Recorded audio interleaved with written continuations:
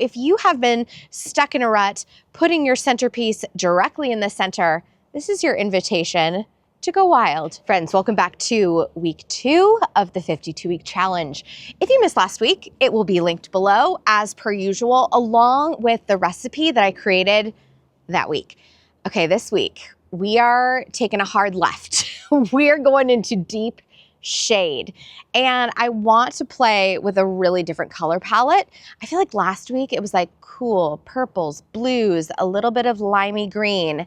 This week we are going red.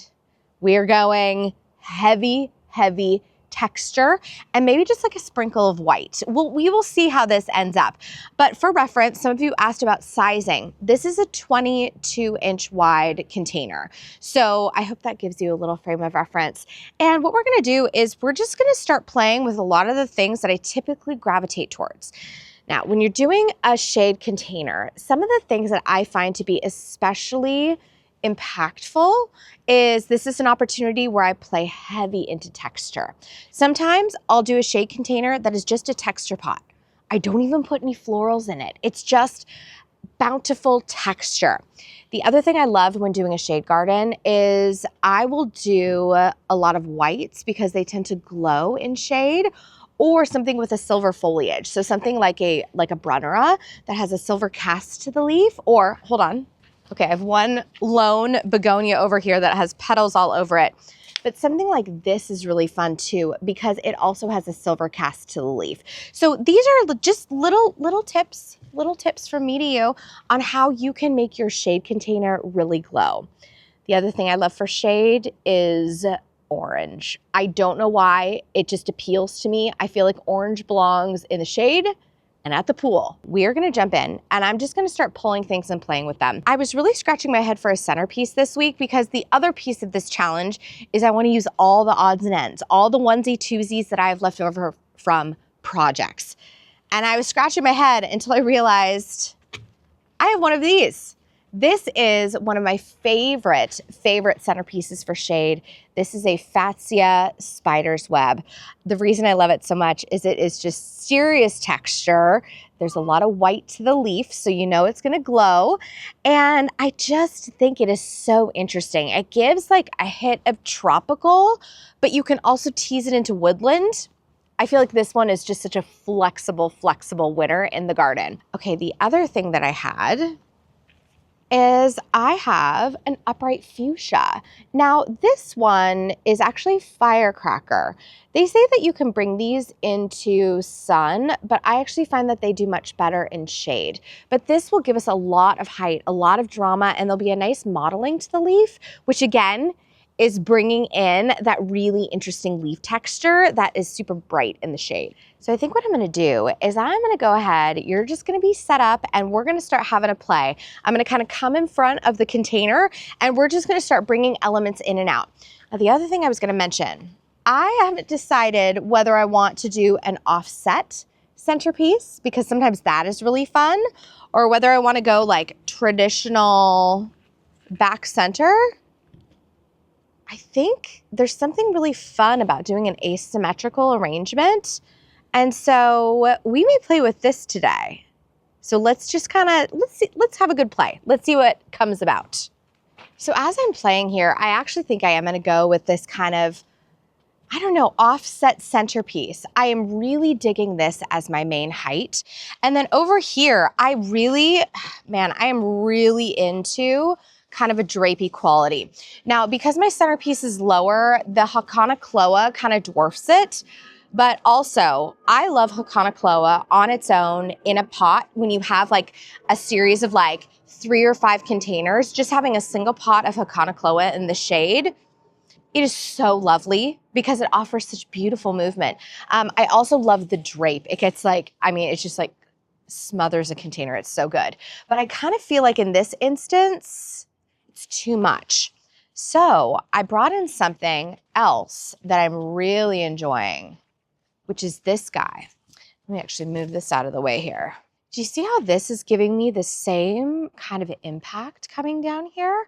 And I like the fact that now this one got a little bit scooch too far into the sun, but this is an incredible begonia. This is called begonia canary wings. And do you see how it's kind of mimicking this like loosey-goosey texture draping over the edge? There's also one called dragon wings. That one has a deeper green. Now this one got too far into the sun, so it's a little bit scorched out right now, but we are promptly gonna move this entire container right back into the shade. But I am loving that this kind of emphasizes this slow droop down. The other couple things that I'm doing here is I'm bringing in a heuchera. This is one called Peach Flambe.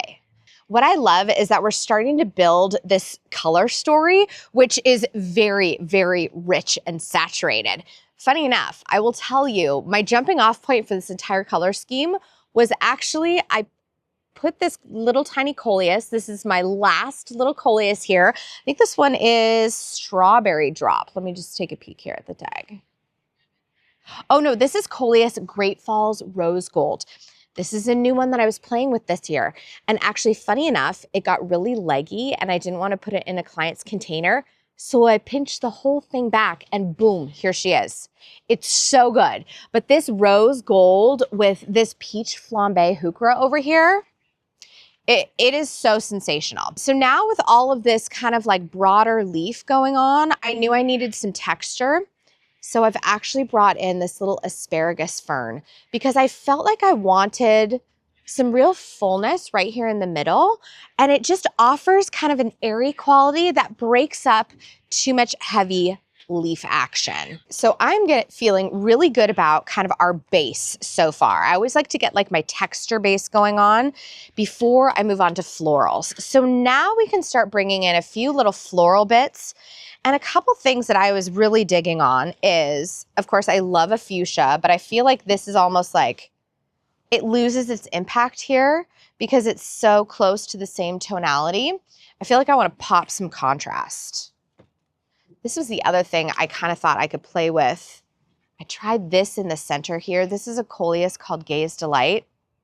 Do you see how it's just like, it just doesn't do it? We need that airiness to keep the arrangement light.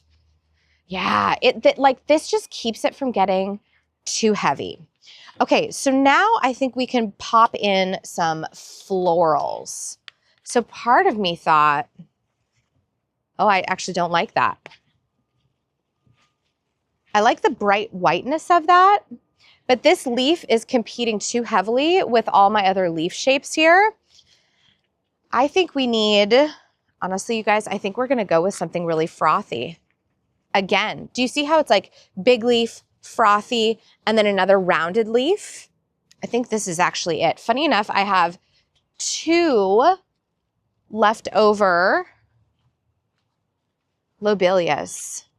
Okay, I think I'm actually gonna put this one more front and center.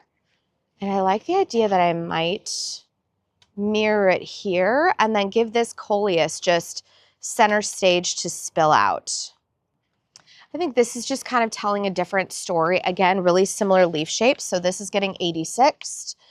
And then I also thought about bringing in something like this, but it just feels too upright and too stiff. And I want more like loosey-goosiness for this arrangement. A couple things.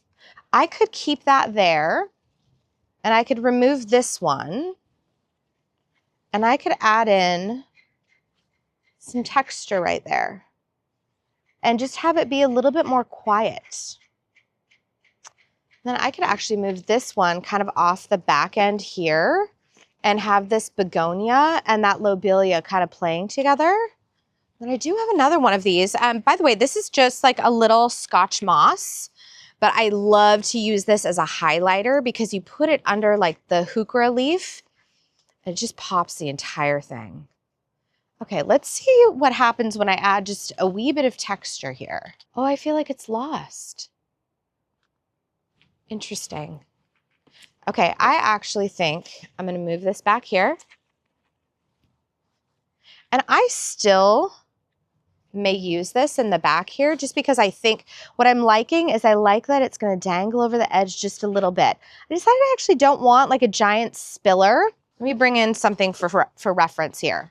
This could be another move that I do. Oh gosh, maybe this is what I do. Dang it. I wanted this to be more simple, but I feel like I'm like on a maximalist highway. You guys, I actually, I actually really like that. Oh, I didn't want to have so much spillage. Dang it. Okay, and then now I want to move that here. And then I want to move that there. Last thing on my radar, I actually think that little fern is going to get 86. I don't think it adds anything to the arrangement. You guys, I think this is it. Holy, I think this is it. This is, I feel like I'm kind of in this more is more era, like I'm in like the maximalist garden era where I'm just like, let's just shove everything in and see what happens. But I am loving this entire thing. And by the way, I do tease lobelia into a bit of shade and it does just fine for me. I find that lobelia, for me, it actually tends to burn in the sun. And so I don't like to do that. Same thing with creeping Jenny. I feel like creeping Jenny, also known as Lismachia, this is the golden variety. It just burns in the sun for me and I love it in the shade. It is just so drapey and lovely. You guys, I think this is it. Let's dig it in.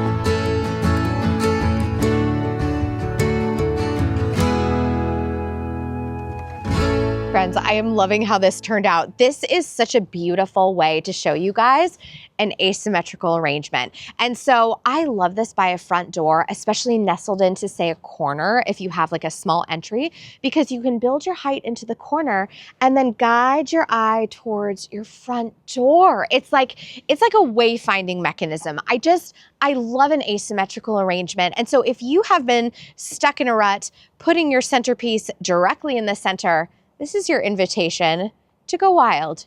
Do something asymmetrical because it is so much fun and I know you will get 1,000 compliments. People are gonna be like, oh my gosh. As per usual, I will have the entire recipe listed in the description below. And then also I've got week 1 tagged there. I would love to have you along for this adventure. So like and subscribe and come back again next week. By the way, if you have colors that you would love to see, challenging sun conditions, you let me know in the comments below because I am just stockpiling that inspiration for this entire 52-week adventure. Okay, my friends, I'm gonna see you in the next one. And in the meantime, say hello to your garden for me.